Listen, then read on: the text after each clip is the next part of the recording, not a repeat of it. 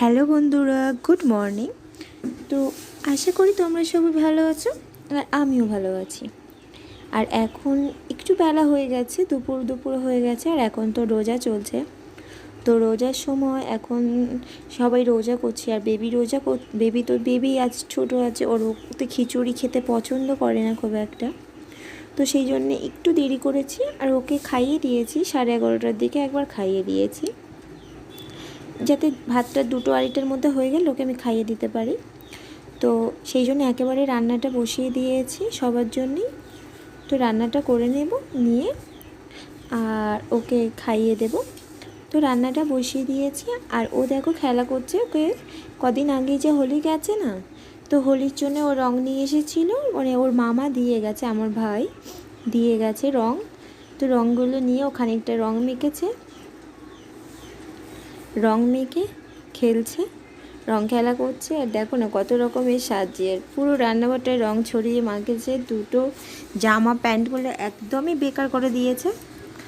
তো এই অবস্থা ওর। তো এই করতে করতে দুপুরবেলা আমি রান্না বসিয়েছি আর ও খেলছে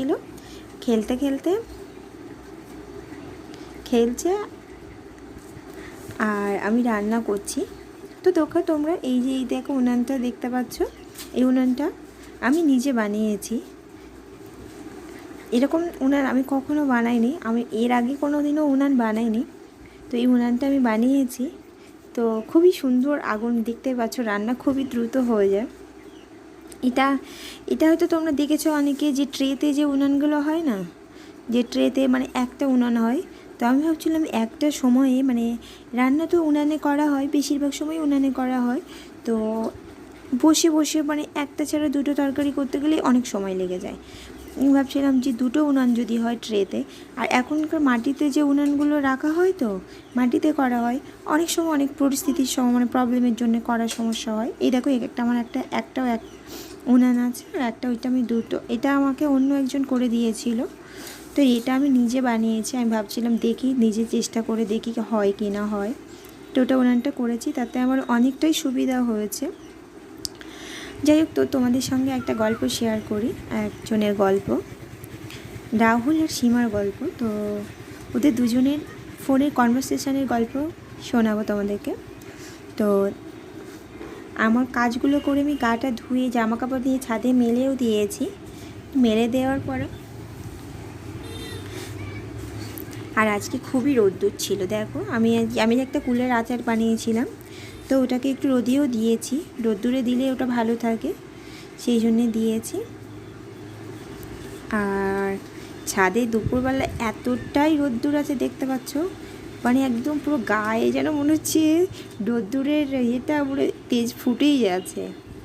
তো যাই হোক, যেটা বলছিলাম রাহুল আর সীমার গল্পটা, এই দেখো আমাদের গাছে এখন, তো এটা তো ম্যাটরাজি আম গাছ, জানো তো এই আম গাছটা না, এই আমটা আমার সব থেকে খেতে বেশি পছন্দ। এই আমটা, এটা আমাদের বাড়ির উঠানেই একটাই গাছ আছে, আরও দুটো গাছ ছিল, তো সেগুলো নষ্ট হয়ে গেছে।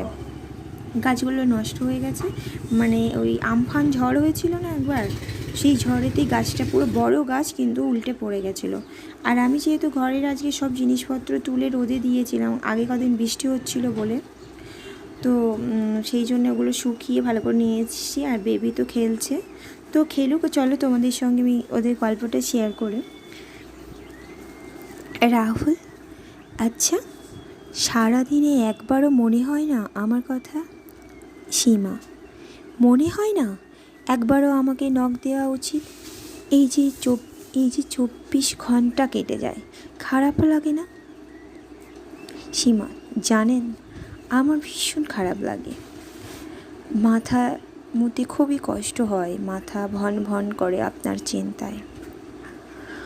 আপনার নামের পাশে যে বাতি জ্বলে, কিন্তু আমার নামের পাশে সেই বাতি জ্বলে না। আপনি কি কখনো উপলব্ধি করেছেন আমাকে?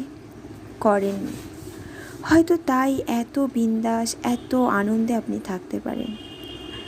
আমি তো আপনাকে ভুলতেও পারি না, আর ভুলবই কীভাবে? প্রতিনিয়তই মনে রাখি।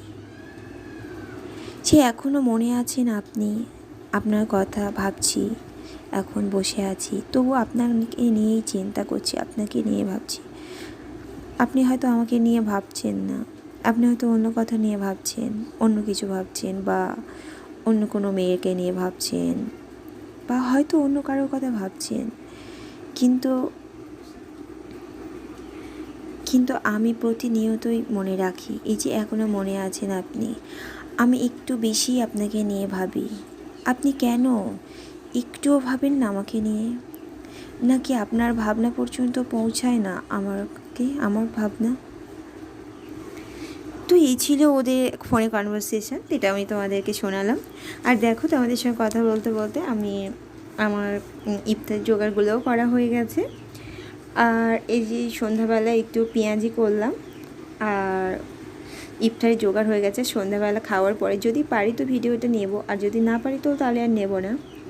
তো কারণ সন্ধ্যের পরে সত্যি বলতে ইফতার খাওয়ার পরে এনার্জি থাকে না, খাওয়ার পরে মনে একটু ঘুমাই আর একটু গল্প করি বসে, মানে কি বলবো, বেকার কথা বলি, তারপরে তো আবার নামাজ পড়ার টাইম হয়ে যায়। আর সেই জন্যে তো আর তোমরা সবাই ভালো থেকো, আর যারা আমার ভিডিওটা দেখছো তারা প্লিজ আমাকে একটা লাইক সাবস্ক্রাইব করে দিও।